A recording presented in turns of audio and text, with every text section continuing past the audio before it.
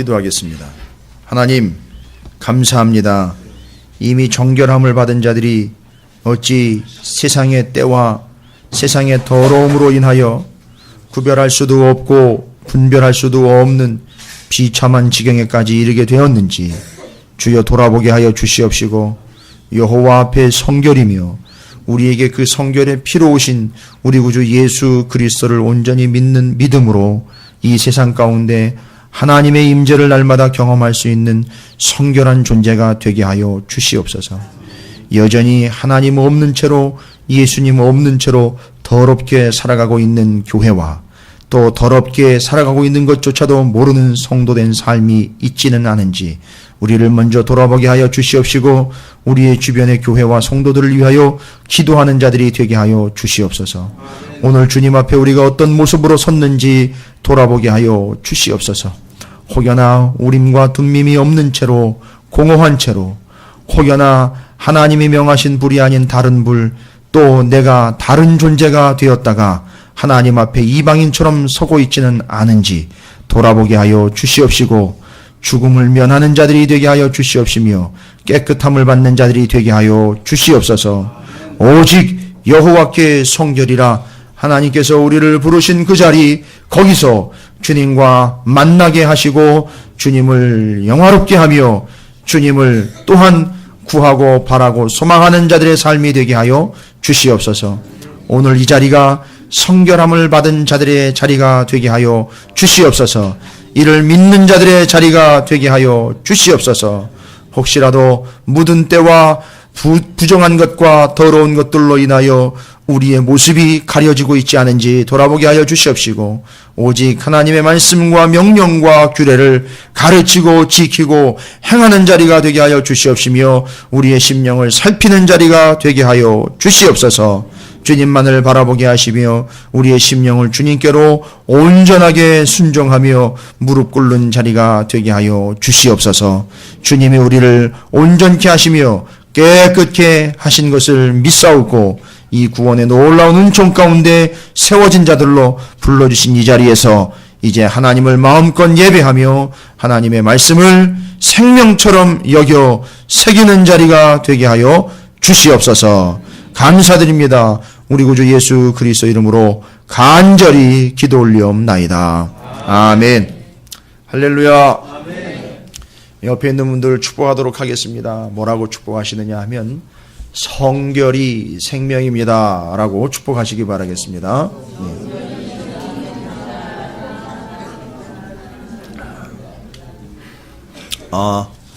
오늘 레위기 16장은 여러분이 좀 집중을 좀 하셔야 됩니다.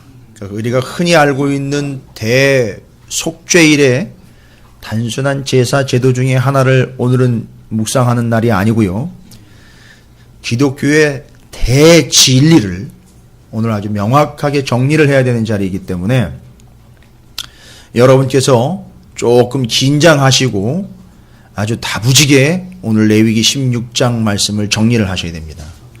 왜냐하면 이게 여러 사람 죽는 얘기가 나와요. 그러니까 좀 긴장들 하셔야 돼요. 잘못하면 내가 죽는다 이런 마음으로 임하셔야 됩니다. 오늘 본문은요. 그래서 이제 열왕기상, 사무엘상 뭐 왔다 갔다 할 텐데 여러분 긴장을 늦추시면 안 됩니다. 예. 절대 여기서 자기 발로 걸어 나가셔야지 끌려 나가는 일이 없게 되시기를 주님의 이름으로 축원을 드립니다. 뭔 말인지 아시겠죠? 예. 끌려나가는 존재가 되면 큰일 납니다. 자기 발로 걸어 나가야죠. 여러분 다 왕 같은 제사장들 아니겠습니까? 자기 발로 들어왔으니 자기 발로 걸어 나가야죠. 자기 발로 들어왔다 끌려나가면 그게 얼마나 비참한 인생입니까? 뭔 얘기하는지 아시겠죠? 예, 제사장이 제사드리러 들어갔던 때 얘기를 하는 거예요. 자, 그러면 이제 레위기 16장은 속죄일인데 대속죄일이에요. 1년에 한 번씩 있었던 대속죄일에 대한 이야기인데, 이 대속죄일에 대해서 좀 충분히 이해를 못하고 있는 게 우리 교회와 성도들의 실정이에요. 그냥 그런 여러 제사 제도 중에 하나 이러니 생각을 하고 있는데, 여러분 그렇지 않습니다. 제물을 잡아드리는 거 다 맞고 맞는데 방식들이 다 틀려요. 심지어는 제사장의 복장도 틀려요. 여러분 뭐가 틀린지 아세요? 제사장이 그 가슴에 흉패, 우림과 둠밈 있죠. 그리고 또 그 안에 흉패 있고 뭐 에봇 입고 띠 이거 다 없어요. 이거 다 벗고 세마포 속바지 겉옷, 세마포 옷을 입어야 돼요. 완전히 새로운 복장이에요. 이거 지금 뭔가 새로운 의미예요 지금. 여러분 조금 더 긴장감 있게 말씀드리면 뭔가 일이 터졌어요. 근데 이게 보통 일이 아니에요. 제사장에게 입혔던 옷을 다 벗겨버리고 세마포 옷을 다시 입힌 거예요. 깨끗하고 순결한 세마포 속바지서부터 겉옷까지 다시 차려입은 거예요. 그 회막 안에서 몸을 다 씻고 거기서 옷을 갈아입은 거예요. 이건 분명히 뭔가 의미가 다른 거예요. 그냥 그 전에 드렸던 속죄제, 속건제, 번제, 화목제 이런 개념하고는 다르다는 걸 여러분 이해하셔야 돼요. 그럼 이게 왜 다르냐? 이 사건 때문에 이 제사는 다른 거예요. 잘 드려졌었는데, 잘 드려서 그렇게 하면 됐었는데 이 사건이 터지는 바람에 완전히 새로운 제사가 필요하게 됐던 거예요. 그러니까 그 제사들 중에 하나의 종류가 아니에요. 이건 완전히 새로운 개념이고 다시 그 전 것을 다시 정리해야 되고 그 이유를 위하여 중간에 정리하고 넘어가지 않으면 안 되는 거예요. 죄송합니다만 이거 정리하지 않고 가면 다 죽습니다. 제사장도 죽고 백성도 죽는 거예요. 싹 다 죽는 거예요. 더 좀 리얼하게 표현하면 다 작살나는 겁니다. 아주. 이게 정리가 안 되면 끝장나는 거예요. 제사도 드릴 수도 없고 하나님이 제사 드릴 수 없는 존재이니 어떻게 하는 거예요? 그냥 그 죄값으로 죽게 내버려 둘 수밖에 없는 거예요. 근데 하나님은요, 원하시는 바가 딱 하나예요. 여러분 예레미야 계속 묵상하셔서 아시겠죠? 하나님은 하나님의 백성에 대해서 원하시는 바는 딱 하나예요. 뭐죠? 구원하시는 거예요. 그렇게 내버려두면 죽는단 말이에요. 그러니까 이거 구원해야 되는 거예요. 그래서 이게 속죄제가 필요한 거예요. 일반적으로 그 전에 드렸던 속죄제사나 번제나 화목제, 속건제 이 개념이 아니라는 거예요. 자, 왜 필요했느냐? 이거예요. 일이 터졌어요. 어마어마한 일이 터졌는데 여러분 잠깐 긴장감을 늦추셨는데 레위기 10장 이후로 15장까지요. 뭔가 시간이 진행된 게 아니라 그 사건이 터지고 난 다음에 여러분 계속 11, 12, 13, 14, 15장 다 묵상해 보셨지만 죄다 뭐에 대한 얘기냐면 뭐에 대한 얘기예요? 그렇죠. 부정한 거하고 정한 것에 대한 얘기예요. 지금 이게 관건이 된 거예요. 부정하고 정한 것의 관건이 뭐에까지 이르게 되었느냐 하면 대속죄일 날 속죄제사에 이르게 된 거예요. 그럼 왜 문제가 터졌느냐 하면 이겁니다. 16장 1절이에요. 여러분 이 말이 그냥 기록된 게 아니에요. 여러분 어떻게 보면 16장은요. 레위기 10장 이후로 바로 붙어버려야 되는 거예요. 개념상으로 보면은요. 중간에 한번 하나님께서 한번 언급하고 넘어가신 게 정한 것과 부정한 것의 내용들을 11, 12, 13, 14, 15장에 얘기한 거지. 이게 이야기한 이유도 그렇고요. 대속죄제의 제사도 필요한 것도 그렇고 이것 때문이에요. 레위기 10장 16장 1절에 지금 이야기하고 있는 거죠. 아론의 두 아들이 여호와 앞에 나아가다가 죽은 후에 여호와께서 모세에게 말씀하시니라.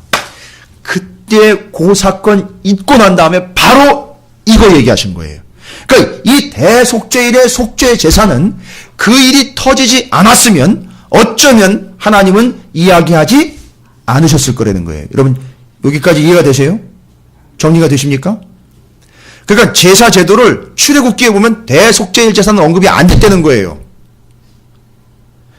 5제사 7절기에 얘기할 땐 이 대속죄일 이 속죄제는 얘기가 안 됐었다고요. 그런데 바로 이 나답과 아비후 사건 때문에 이 대속죄일의 제사가 언급이 됐단 말이에요.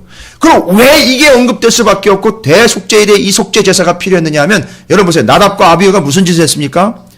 다른 불이라고 했는데 완전히 자신들이 다른 존재가 됐었다 그랬죠. 마치 이방인처럼 나갔다. 이방인처럼 틀려져 버린 다른 존재로서 누구 앞에 나간 거죠? 하나님 앞에 뭘 들고 간 거예요? 향을 피우려고 향로를 들고 들어갔다가 하나님의 불에 의해서 죽음을 당했어요. 자, 그러면 잘 보세요.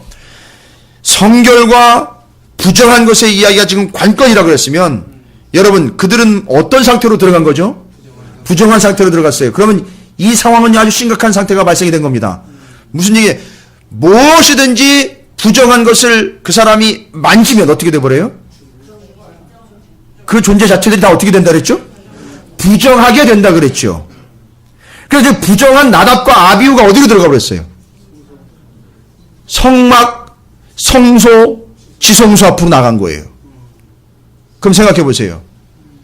부정한 자들이 들어가서 만졌고 그것들을 이미 통과했고 거기에 존재했다는 것 자체만으로도 어떻게 되어버린 거죠?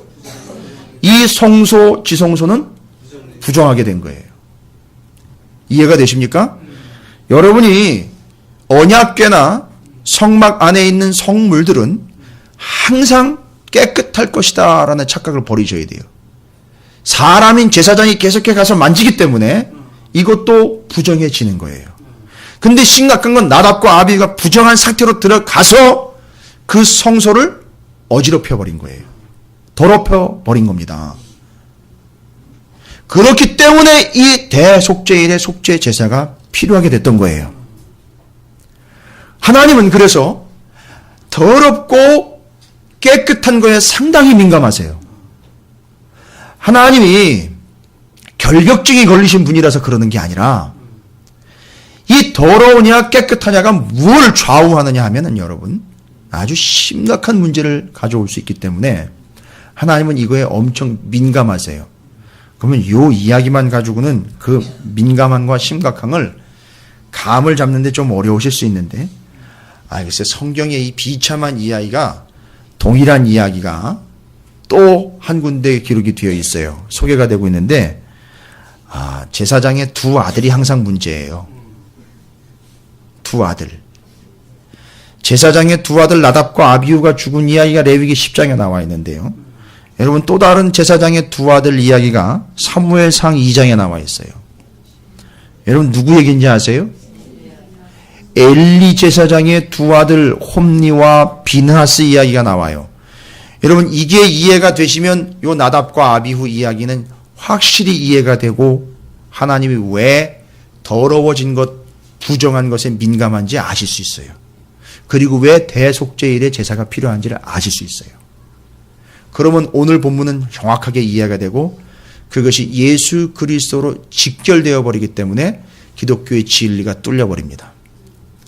그러니까 여러분 정신 바싹 차리고 오늘 정리를 잘 하셔야 돼요. 남의 집안 두 아들 죽는 얘기 때문에 마음 아파하지 마시고 정신 바싹 차려 내가 죽느냐 사느냐의 문제가 지금 달려 있는 거예요. 그러면 일단 이 나답과 아비후 사건의 심각성을 우리가 이해하시기 위해서 사무엘상 2장으로 한번 가볼게요. 사무엘상 2장 12절에 정확하게 기록이 되어 있는 홈니와 비느하스 이야기를 여러분이 좀 이해를 하셔야 합니다. 사무엘상 2장 12절인데 구약성경 410쪽입니다.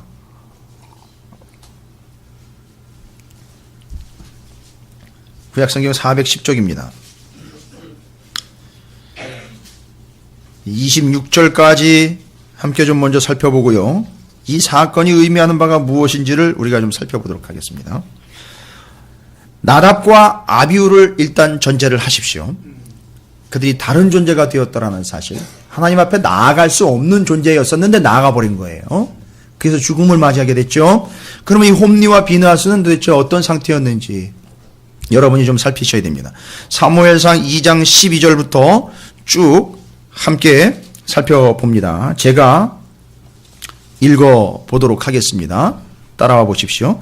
엘리의 아들들은 행실이 나빠 여호와를 알지 못하더라. 벌써 심각한 상태네요. 엘리의 아들이면 신분이 뭐죠? 제사장입니다. 엘리가 지금 제사장으로 있는 상황이에요. 13절에 그 제사장들이 백성에게 행하는 관습은 이러하니, 관습이라니까 오해하시면 안 돼요. 늘 그래왔던 습관 이게 아니에요. 그들이 했던 짓이 이런 짓이니 라는 얘기예요.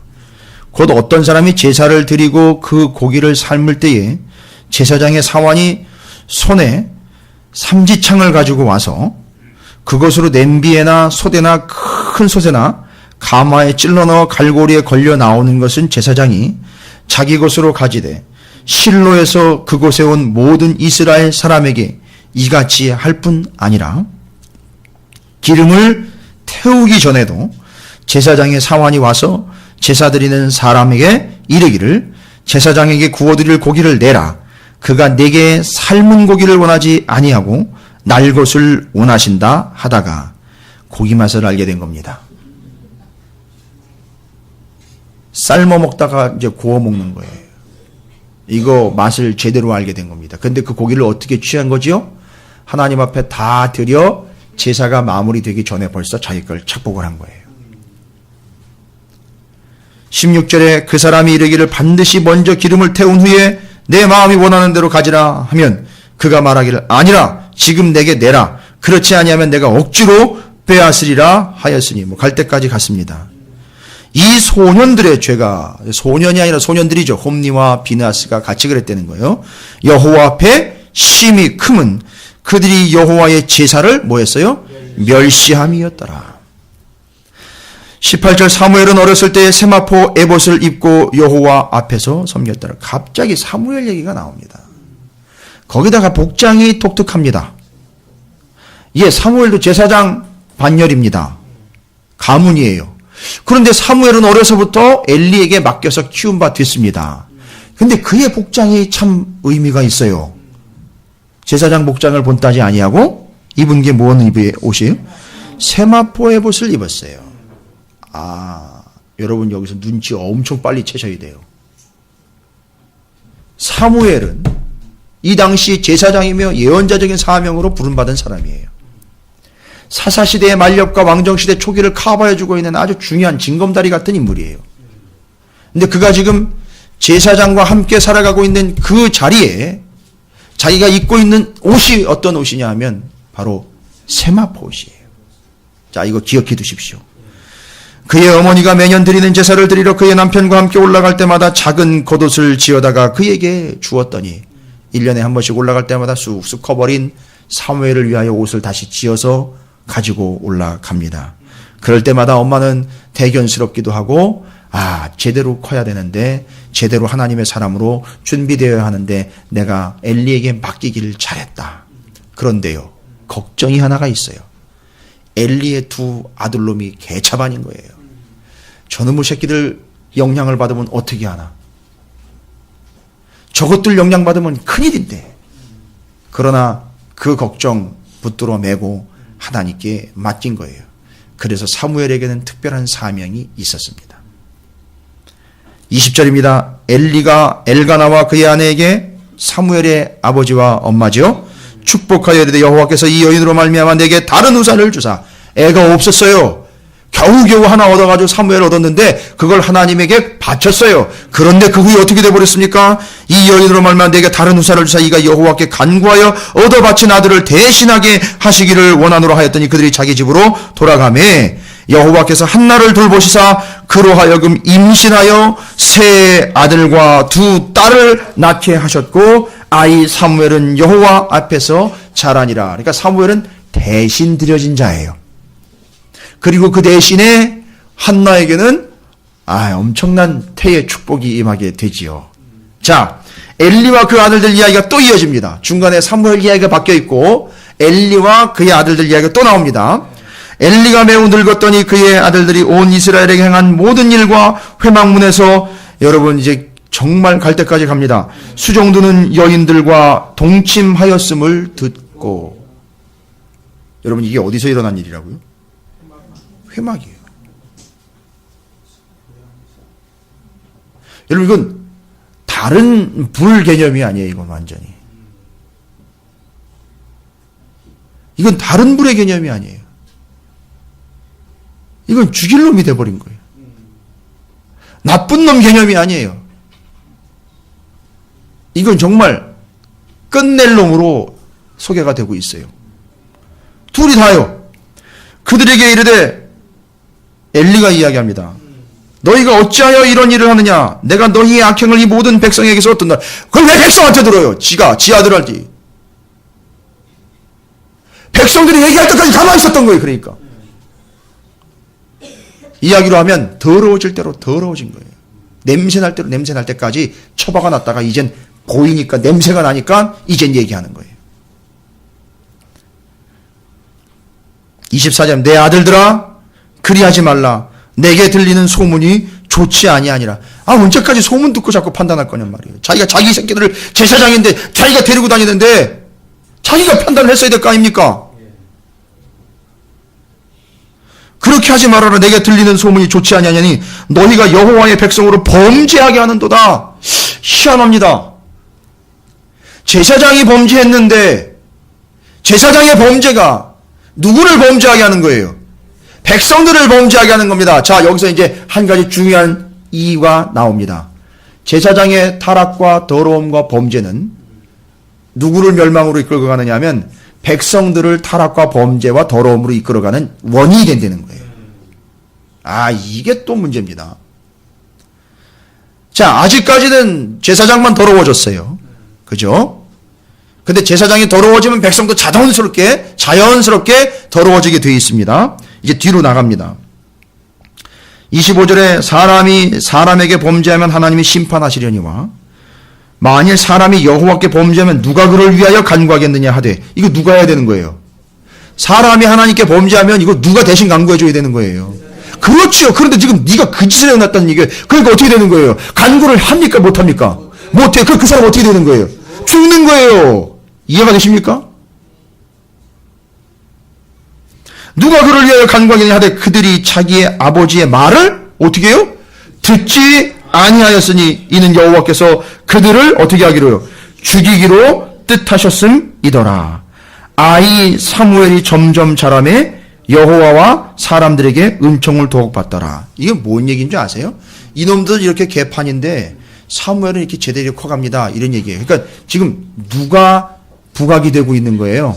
사무엘이 부각이 되고, 그러니까 하나님 나중에 누구 쓰신다는 거예요? 사무엘을 쓰신다는 거예요. 그러니까 홈리와 비나스는 지금 끝났다는 거예요. 이들의 더러움과 부정함으로 인하여 백성들이 더러워지고 부정하게 되고 죽게 되는 것이고, 그 위기를 이겨내고 극복하고 해결할 사람이 누구냐면 사무엘로 등장한다는 거예요. 지금 반대로 지금 얘 왔다 갔다 하면서 얘기하는 거예요. 그런데 엘리의 집에 내린 저주를 보십시오. 그 저주를 보니 하나님의 사람이 엘리에게 와서 그에게 이르되 여호와의 말씀이 너희 조상의 집 애굽에서 바로의 집에 속하였을 때 내가 그들에게서 나타나지 아니하였느냐? 이스라엘 모든 지파 중에서 내가 그를 택하여 내 제사장으로 삼아 그가 내 제단에 올라가 분향하며 내 앞에서 에봇을 입게 하지 아니하였느냐? 이스라엘 자손이 드린 모든 화제를 내가 내 조상의 집에 주지 아니하였느냐? 근데 보세요. 너희는 어찌하여 내가 내 초소에서 명령한 내 제물과 예물을 어떻게 했어요? 밟으며 내 아들들을 나보다 더 소중히 여겨. 엘리가 자식들에게 그 자식들 홈리와 비나스를 제대로 가르치지 못한 건 뭐예요? 내 아들들을 나보다, 하나님보다 어떻게 했어요? 더 중히 여겨서 내 백성 이스라엘이 드리는 가장 좋은 것으로 너희들을 살찌게 하느냐. 살찌는 것도 두려워요. 그래서 자, 그리고 30절에 이야기합니다.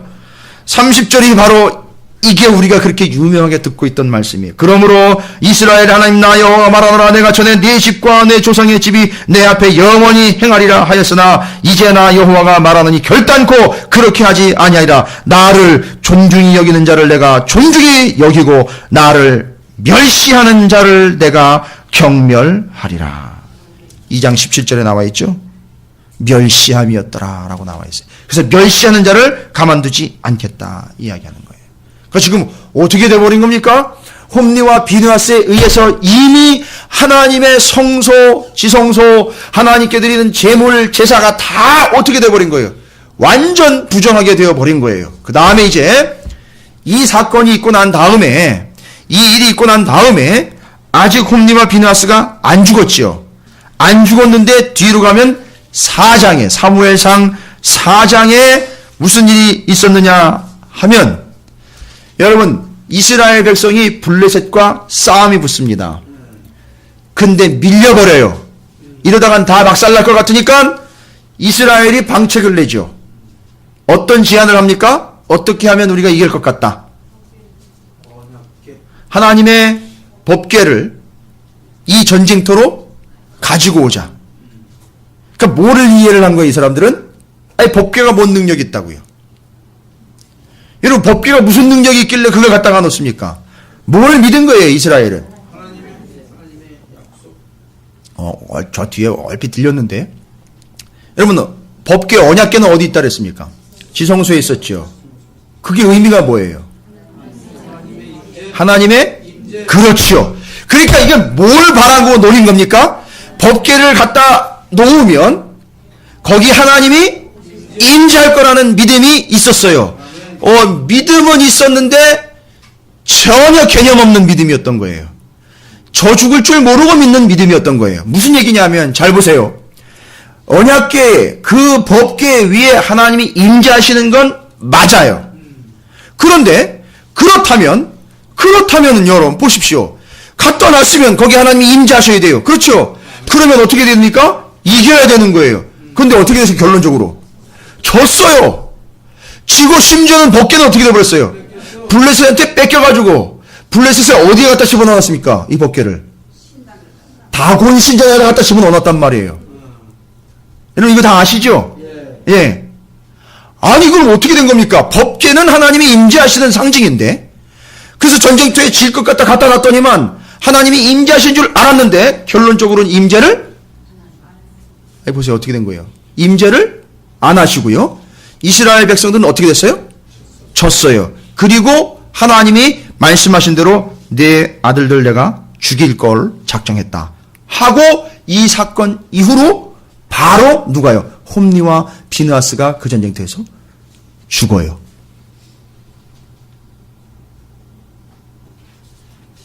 여러분 이건 뭘 이야기하는 겁니까? 언약궤와 법궤를 갖다 놨는데 오히려 이것이 재앙이 되어버렸어요. 졌지요. 빼앗겨버렸지요. 제사장 둘은 죽었지요. 언약궤에 뭔 능력이 있는 줄 알았는데 하나님이 임재하실 줄 알았는데 답은 뭐예요? 하나님은 임재하시지 않은 거예요. 여러분 이거 이제 보셔야 돼요. 아니 왜 분명 하나님은 그 언약궤 위로 임재하신다 그랬는데 왜 임재를 안 하셨냔 말입니다. 왜요? 여러분 사무엘상은 레위기 한참 뒤에요. 그죠? 그럼 레위기 법에 의하면 대속죄일에 1년에 딱 한 번만 아론이 들어가 대제사장이 들어가 속죄 예식을 펼칠 때에만 언약궤 앞에 설 수 있어요.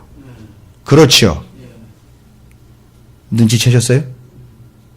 1년에 딱 한 번, 요 대속죄 제사가 제대로 지켜졌다면 1년에 딱 한 번 대속죄일 7월 10일에 들어가서 연기 뿌리고요.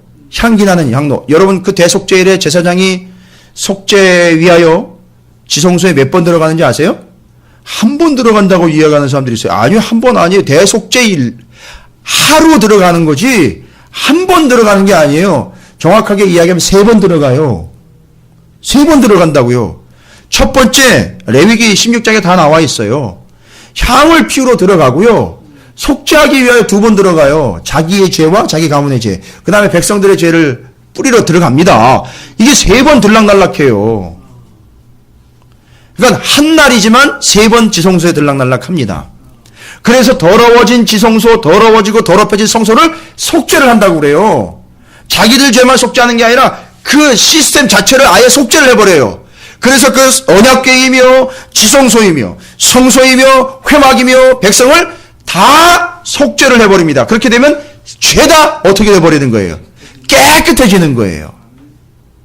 자, 그럼 이 개념 대속죄일에 한 번 들어갈 수밖에 없는 이 지성소에 여러분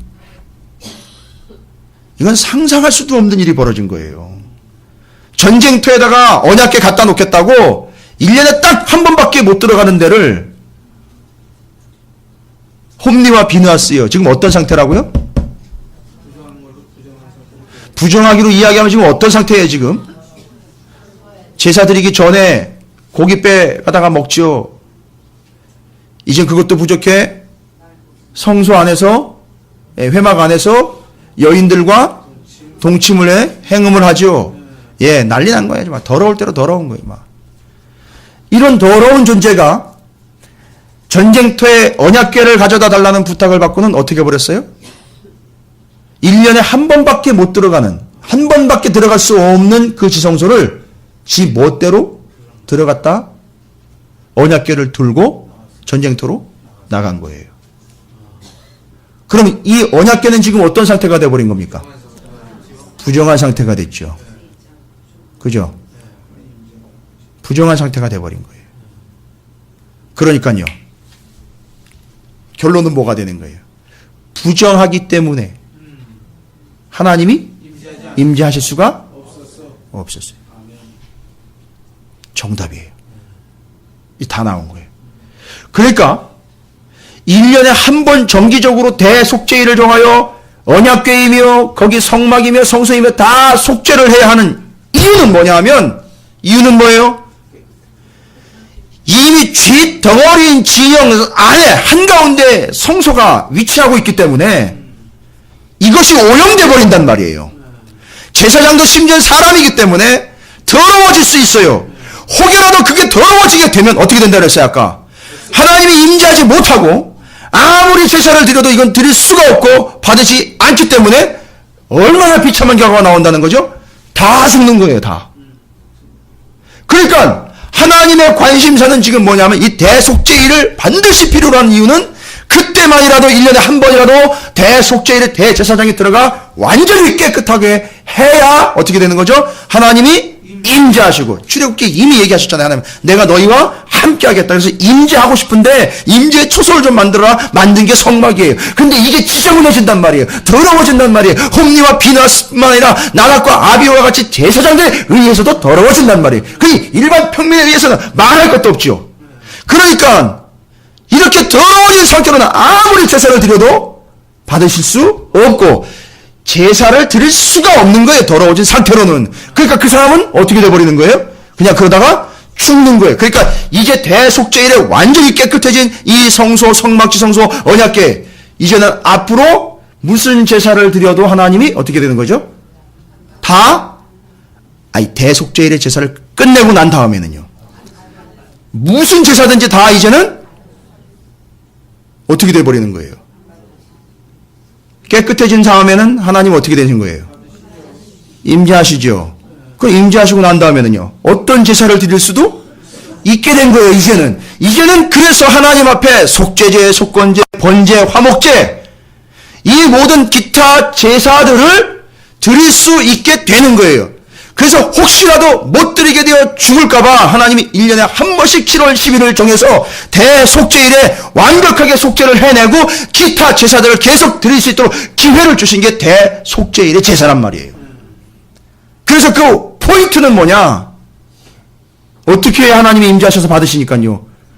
성결해야, 깨끗해야 받으시니까 그걸 깨끗하게 하는 제사가 바로 대속죄일의 제사였다는 거예요.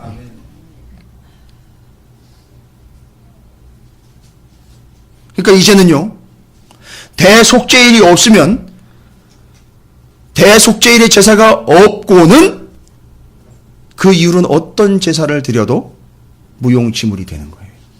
개념이 잡히십니까? 그러니까 이 대속죄일의 제사가 나답과 아비후 사건 이후로 필요했던 거예요. 그리고 그렇게 깨끗하게 해놔야 거기에 하나님이 임재하시고 기타 어떤 예배와 제사를 드리든지 하나님이 그것을 받으실 수가 있게 되는 겁니다. 자, 그러면 이제 레위기 16장으로 오셔서 그러면 그 제사를 드리는 모양새들을 한번 보십시오. 그 속에 또 하나님의 놀라운 은혜가 계속 담겨져 있습니다. 레위기 16장에 보면 그 더럽혀진 해막과 성소와 지성소를 깨끗하게 또 백성을 깨끗하게 하고 있는 이 일, 그래야 1년 내내 일반적으로 드리는 모든 번제며 소제며 화목제, 속죄제, 속건제들을 마음껏 드릴 수 있게 되는 것. 그렇죠? 안 그러면 모든 제사는 어떻게 되고요? 소용이 없어지는 거예요. 드릴 수가 없어요. 결국 백성의 부정이 그들의 죽음을 이끌게 되는 거예요.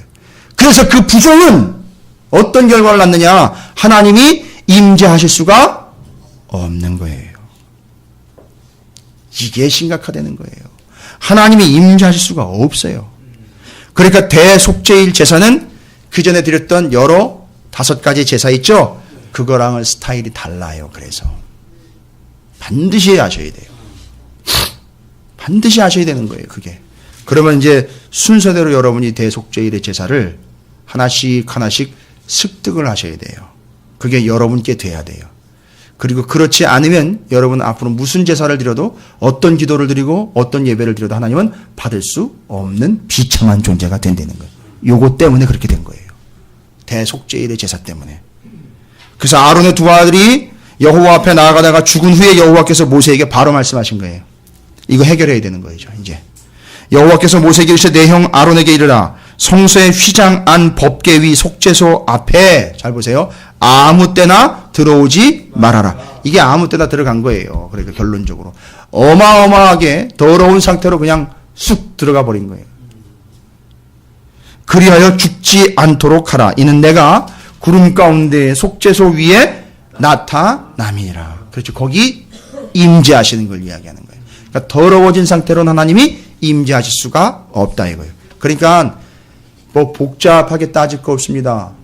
더러운 교회, 더러운 성도에게는 하나님이 임재하시지 않습니다. 뭐 다른 답이 필요가 없어요. 임재하시지 않으면요. 어떻게 되는 거예요? 결론은 죽는 거예요. 무엇으로 인하여 죽었습니까? 우리의 죄값으로 그냥 죽는 거예요. 무시무시한 거죠. 그리고 하나님은 그것을 철저하게 경계시키고 계시는 중이에요. 지금 레위기 16장이 그걸 이제 깨닫고 익히 듣고 이제 이해할 수 있도록 말씀하시는 겁니다. 제물이 다릅니다. 제물이 왜 다르냐면 자, 아론과 그의 집을 위해서는 숫송아지하고 순양이에요. 3절에 나와 있죠. 백성들을 위해서는요. 순염소 2마리하고 순양 1마리예요. 근데 이 대속죄일의 제사가요. 엄청 많이 드려지게 되는 거예요. 그러니까 숫송아지 잡죠. 순양 잡죠. 순염소 잡죠. 순양 잡죠. 그러니까 속죄제와 번제를 같이 드려요. 동시에 같이 드리는 거예요. 이어서. 그러니까 그날의 제사가요. 쉴 새 없이 드려지는 거예요. 다 깨끗하게 하기 위해서. 요게 차이고요. 대제사장이 속죄소 안으로 들어갑니다. 3번 들어간다 그랬죠. 13절 보세요. 여호와 앞에서 분향하여 향연으로 증거궤 위 속죄소를 가리게 할지니 그리하면 그가 죽지 아니할 것이며 그 향기로요 가려버리는 거예요. 우리의 더러움을 씻어내고 가려버린다는 얘기. 그래서 죽지 않는다는 얘기예요. 그러니까 대제사장이 향로를 들고 들어가서 지성소 안에 향을 피웁니다. 흔들어서 향을 피워요. 왜냐면 어느 정도로 향을 피웁니까? 물어봐요. 누가. 어느 정도로 향을 피웁니까? 여기 나와 있잖아요. 속죄소를 가리게 할지니 뭔 얘기예요? 연기, 그 향으로 가리는 거예요. 그래서 자욱해서 뭐가 보이지 않을 정도로요? 언약궤가 보이지 않을 정도로 향을 피우고 나옵니다. 그 다음에 14절 그는 또 숫송아지의 피를 가져다가 손가락으로 속죄소 동쪽에 뿌리고 속죄소 동쪽이니까 우측으로 뿌려주고 또 손가락으로 그 피를 속죄소 앞에다가 전면에다가 7번 뿌리는 거예요. 지금 뭐 하는 거예요 지금? 이게 뭘 깨끗하게 하는 겁니까 지금? 지성소 이 언약궤를 깨끗하게 하고 있는 거예요. 왜요? 이게 혹시라도 더럽혀졌다면? 그렇죠. 그러니까 지금 뭘 위한 겁니까? 속죄소, 언약궤를 깨끗하게 하기 위함이라는 자체를 넘어서 그렇게 해야 어떻게 하니까요? 하나님이 임재하시니까요.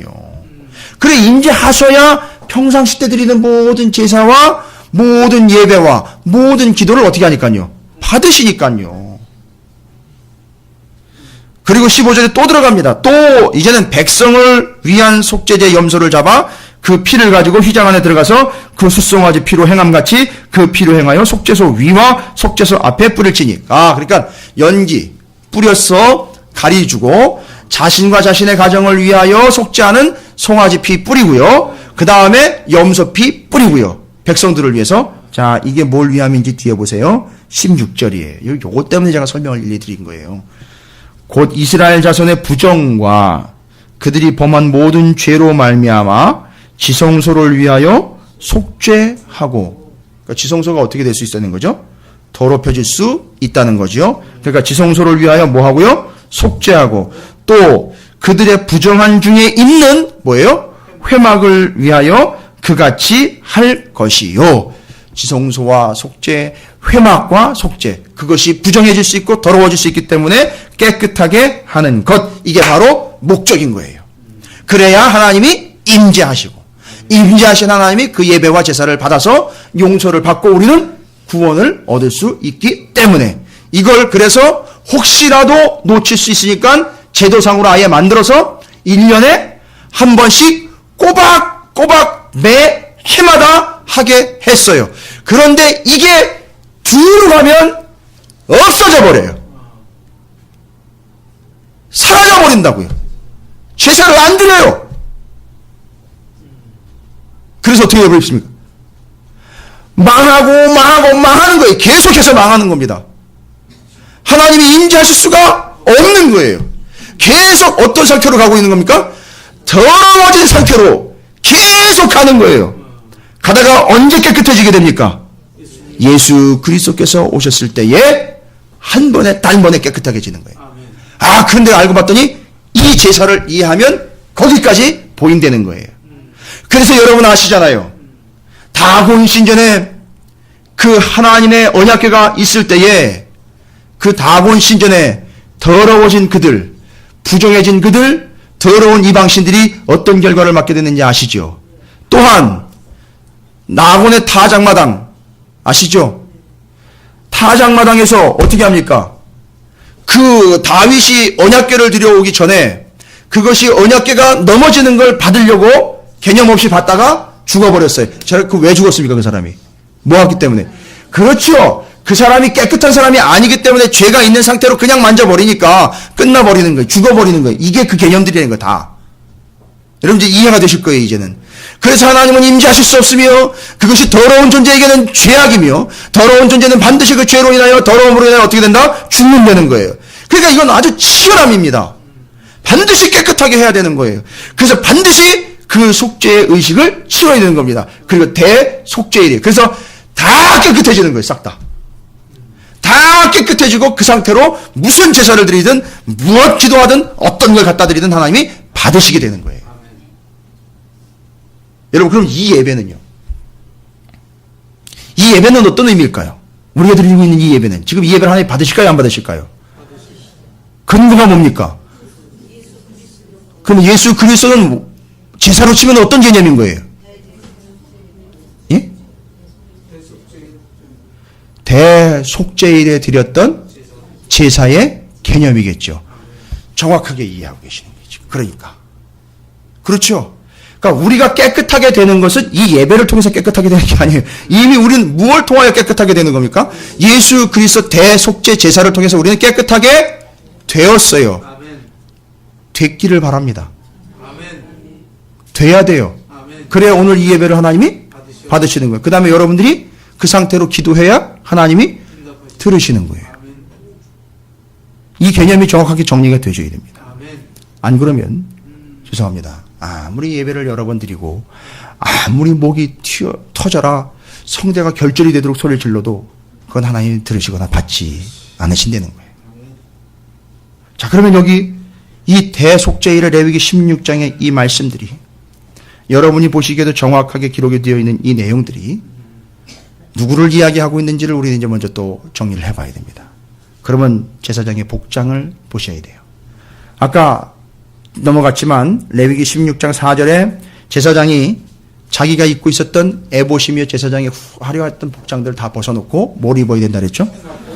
4절이에요. 거룩한 세마포 옷을 입으며 세마포 속바지를 몸에 입고 세마포 띠를 띠며 세마포 관을 쓸지니 이것은 어떤 옷이라?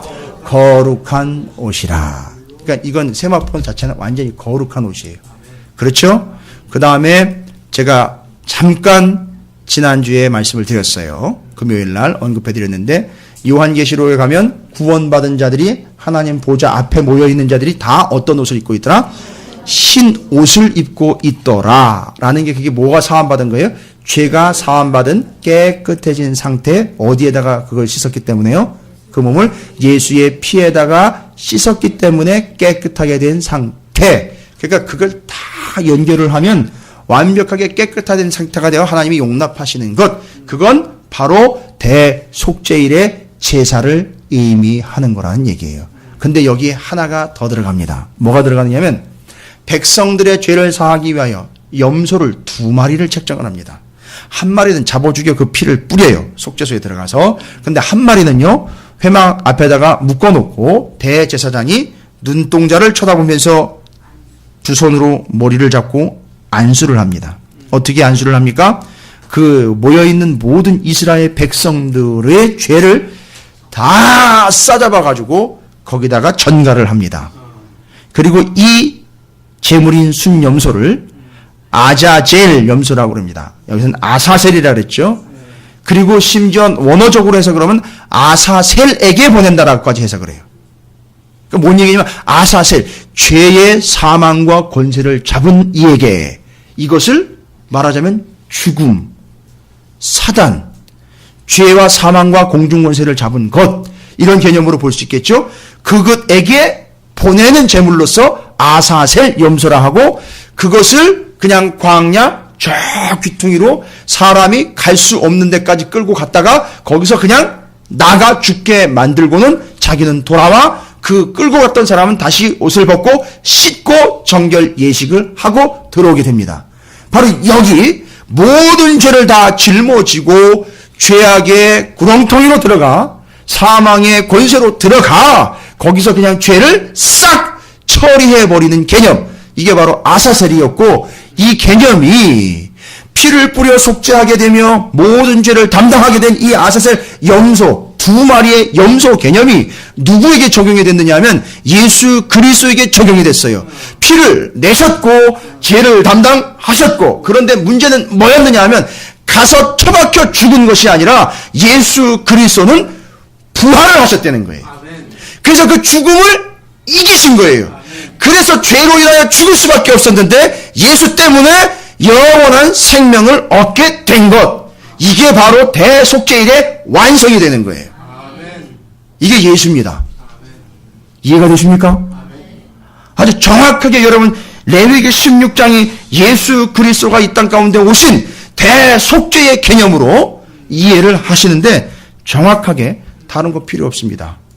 이제 여러분이 정리가 되셨을 거라고 제가 믿어요.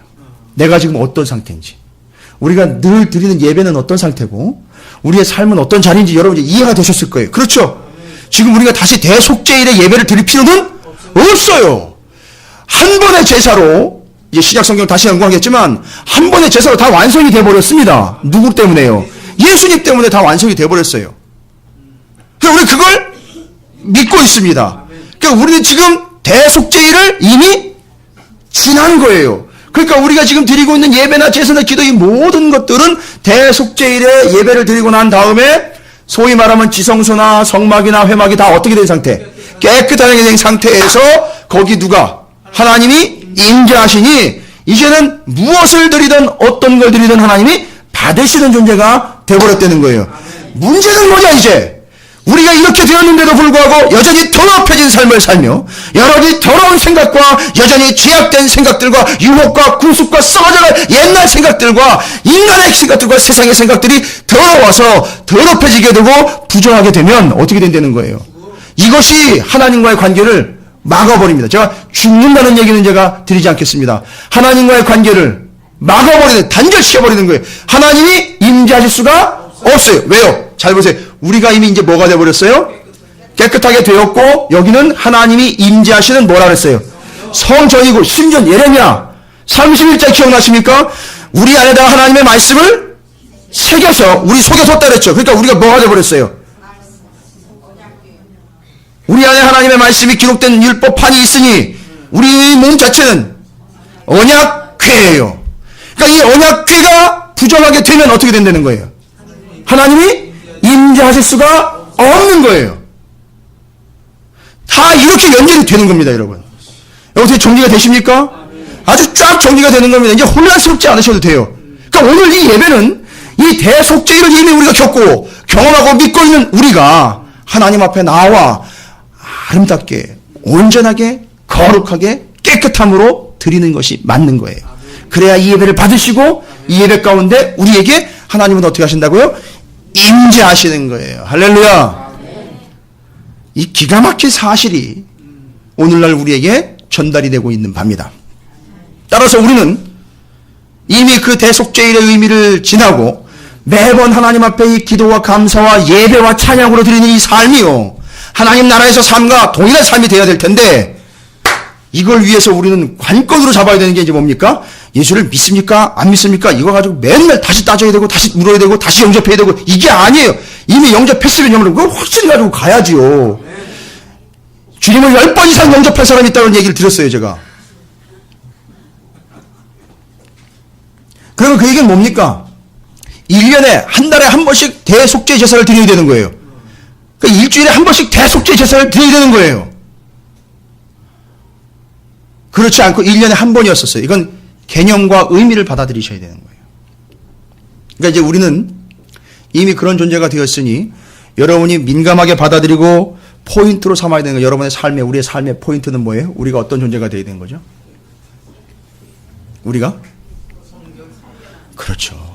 깨끗한 존재가 되어야 되는 거예요. 그걸 지켜내셔야 되는 거예요. 그걸 거룩이라고 이야기를 했고요. 그걸 구별이라고 이야기를 했어요. 그래서 그러니까 깨끗하게 구별된 존재로 살아가는 것이 관건이에요.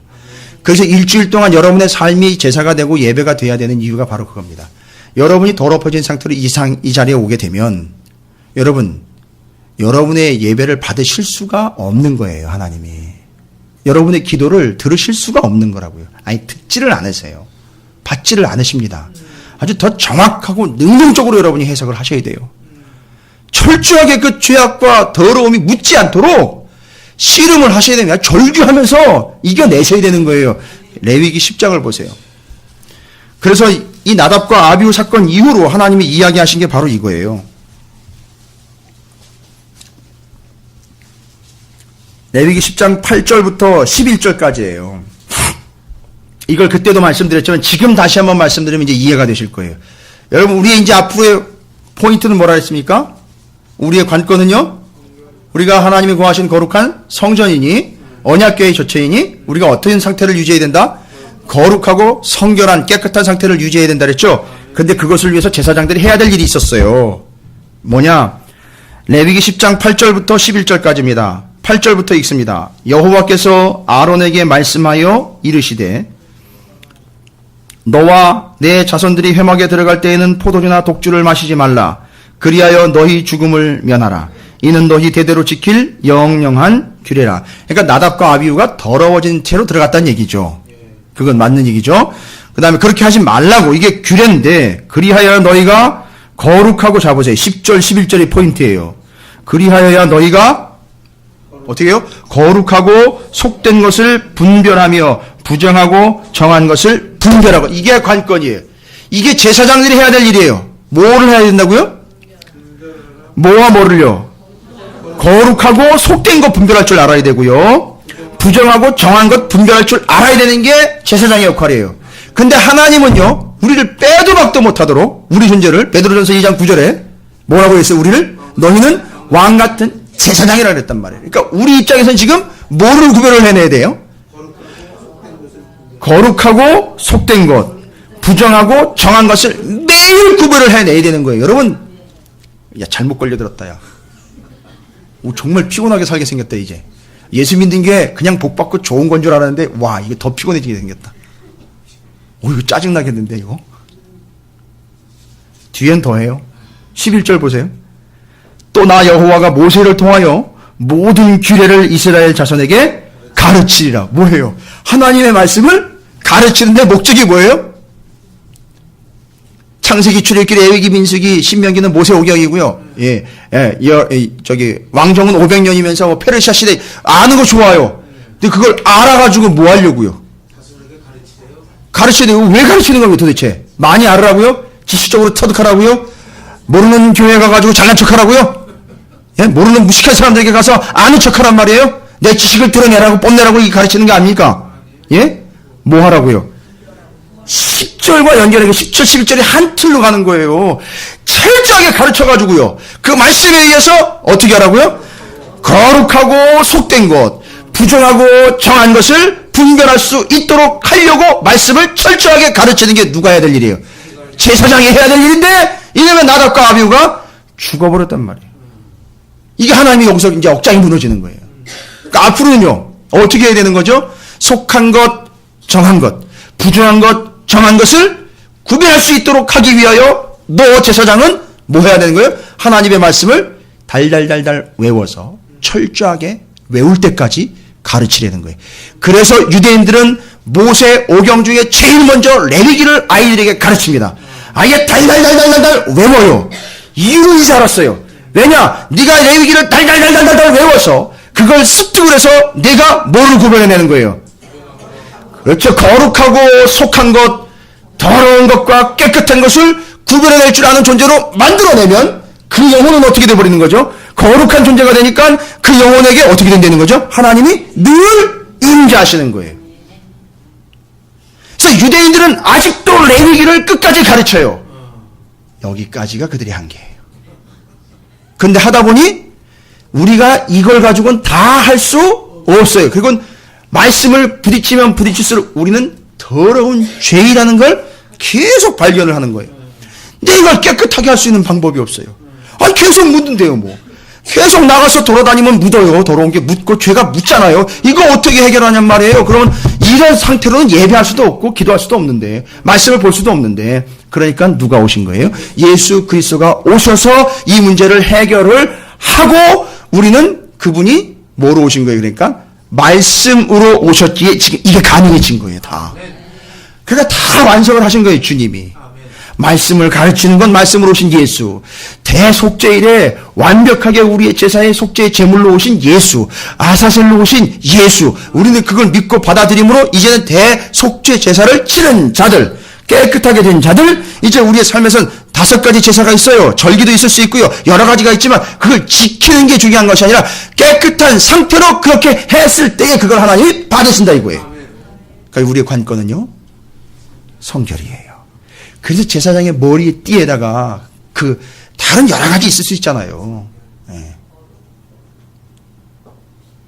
은혜 충만, 성령 충만, 말씀 충만도 있을 수 있는데 딱 한 가지 썼단 말이에요. 뭐예요? 여호와께 성결. 그게 관건이란 말이에요. 그래야 하나님이 임재하시니까요. 근데 지금 우리는 임재하느냐 안 하느냐의 문제가 아니라 이미 임재를 약속받은 존재들이에요. 예수 그리스도를 통하여. 그러니까 그 말씀들을 통해서 우리는 날마다 더럽고 추하고 정한 것과 속한 것이 어떤 것인지를 분별할 줄 아는 제사장적 삶을 살아가야 되는 거예요. 그래야 우리는 깨끗함을 유지할 수 있으며 어떤 유혹이 와도 예수의 이름으로 물리쳐 이길 수 있으며 깨끗한 상태를 유지해야 하나님은 우리가 일반적으로 드린 이런 예배들을 받으시고 우리의 기도를 들으시고 우리의 헌신을 용납하신다는 거죠. 그게 대속죄일의 의미요. 지금 우리가 드리는 이 예배는 그 대속죄일의 의미를 이미 누리고 확인한 자들이 이렇게 늘 드릴 수 있는 자리에서 예배하면 하나님이 받으신다는 거죠. 이걸 어디서 이야기했느냐면 여러분 신약성경 넘어갑니다. 히브리서 9장입니다. 히브리서 9장 12절 말씀입니다.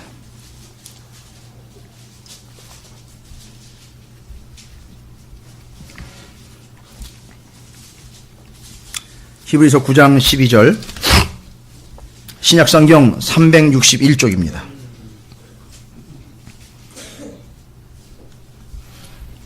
자, 11절부터 좀 한번 살펴보도록 하겠습니다. 이게 예전에 이미 히브리서를 우리가 새벽 기도 때 묵상을 했는데 여러분이 이 개념을 이제 이해하시고 다시 한번 읽어보시면 정리가 되실 거예요.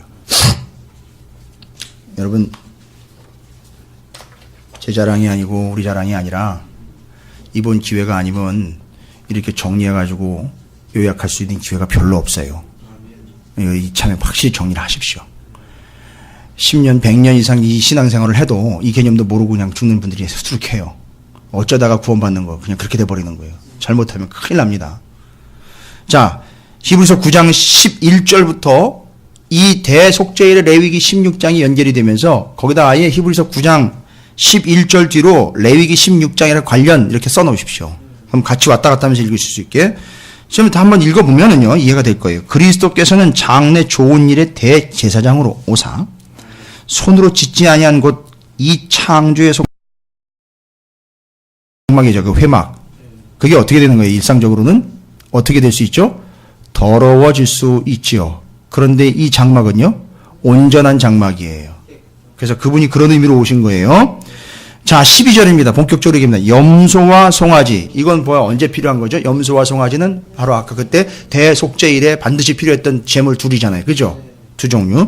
그 염소와 송아지 피로 해야 되는데, 그렇잖아요. 일반적으로는요. 그런데 주님이 오셔가지고 염소와 송아지 피로 하지 아니하고 오직 어떻게 됐어요? 자기의 피로 영원한 속죄를 이루사. 자, 한 번, 1년에 한 번의 속죄를 이룬 게 아니라 어떤 속죄를 이루어요? 단 한 번의 자신의 죽음을 통하여 어떤 속죄를 이뤘다 그랬죠?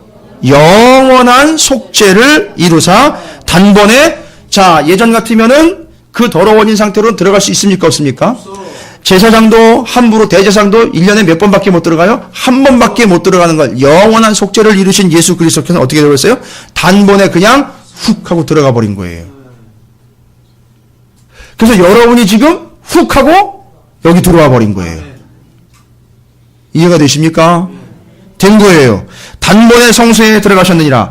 염소와 황소의 피와 및 암송아지의 죄를 부정한 자에게 뿌려 그 육체를 정결하게 하여 거룩하게 하거든. 하물며 영원하신 성령으로 말미암아 흠이 없는 자기를 하나님께 드린 그리스도의 피가 어찌 너희 양심을 죽은 행실에서 깨끗하게 하고 살아계신 하나님을 섬기게 하지 못하겠느냐. 예수가 이렇게도 힘이 없더냐.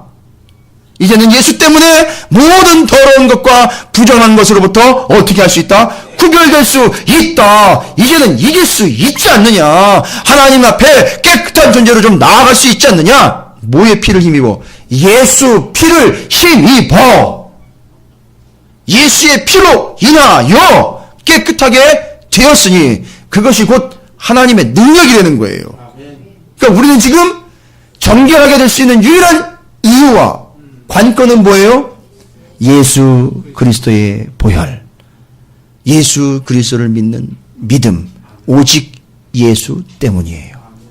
그것 아니고는 우리를 정결하게 할 수 있는 어떤 힘과 능력도 없습니다. 그리고 말씀으로 오신 예수 그리스도. 따라서 예수 그리스도 그 말씀을 통하여 우리는 깨끗하게 되는 거예요. 그래서 더러워지지 아니하도록 여러분 예수를 악착같이 붙잡아야 되는 것이며 말씀을 죽기 살기로 붙잡아야 되는 거예요. 그래서 여러분은 더러워지지 않고 깨끗한 상태로 늘 예배의 자리로 나올 수 있고 삶이 곧 예배가 되게 하시는 겁니다. 그리고 15절입니다. 이로 말미암아 그는 새 언약의 중보자이시니 이는 첫 언약 때에 범한 죄에서 성량하려고 죽으사 부르심을 입은 자로 하여금 영원한 기업의 약속을 얻게 하려 하심이라. 할렐루야.